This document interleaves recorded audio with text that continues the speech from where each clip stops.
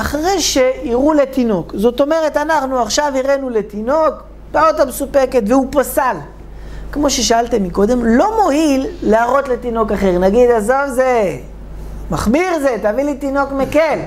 אין כזה דבר. אחרי שתינוק פסל, והוא הדין אחרי שתינוק הכשיר. אחרי שתינוק הכשיר, אל תחשוש לשאול עוד תינוק. ואז אולי תתחיל להסתבך. וכן אם תינוק פסל, אסור ללכת לתינוק אחר שיכשיר. אחרי שהתינוק אמר את דברו, אנחנו נוקטים כמותו בין להקל ובין להחמיר. ומה שהוא אמר זה קדוש. עכשיו, מה הדין אם הסתבכתי? זאת אומרת, אני עכשיו לא רציתי להראות לכמה תינוקות, אבל שאלתי ילד, הראיתי פה לילד, עמד פה ילד, עכשיו עמדו פה כמה ילדים, חברים שלו. אני מראה לילד איזה עוד זאת, הילד שעומד פה אומר לי ו', השני נותן לו בעיטה י', מה אתה, איפה למדת? י', יוצא, והוא רב איתו, ו', מתחילים מכות, אתם יודעים איך זה ילדים. עכשיו יוצא שיש פה בלגן. תינוק אחד אמר י', תינוק אחד אמר ו'.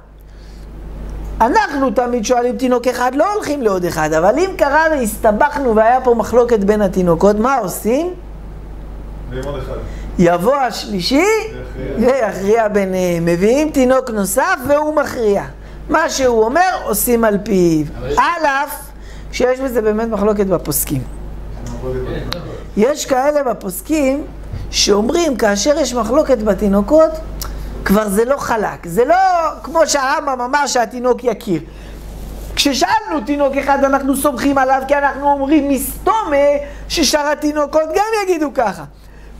אבל כאשר כבר הסתבכנו והתינוקות עשו פה מחלוקת, יש כאלה באחרונים, רב משולם מגרא ודעת ערוגות הבושם, שהם אומרים שאחרי שיש מחלוקת בתינוקות זה פסול. אבל הלכה למעשה אנחנו נוקטים כמו מקדש מעט ועוד אחרונים, שכשיש מחלוקת בתינוקות אנחנו מביאים את השלישי וסומכים על השלישי. אבל שאל אחד, הוא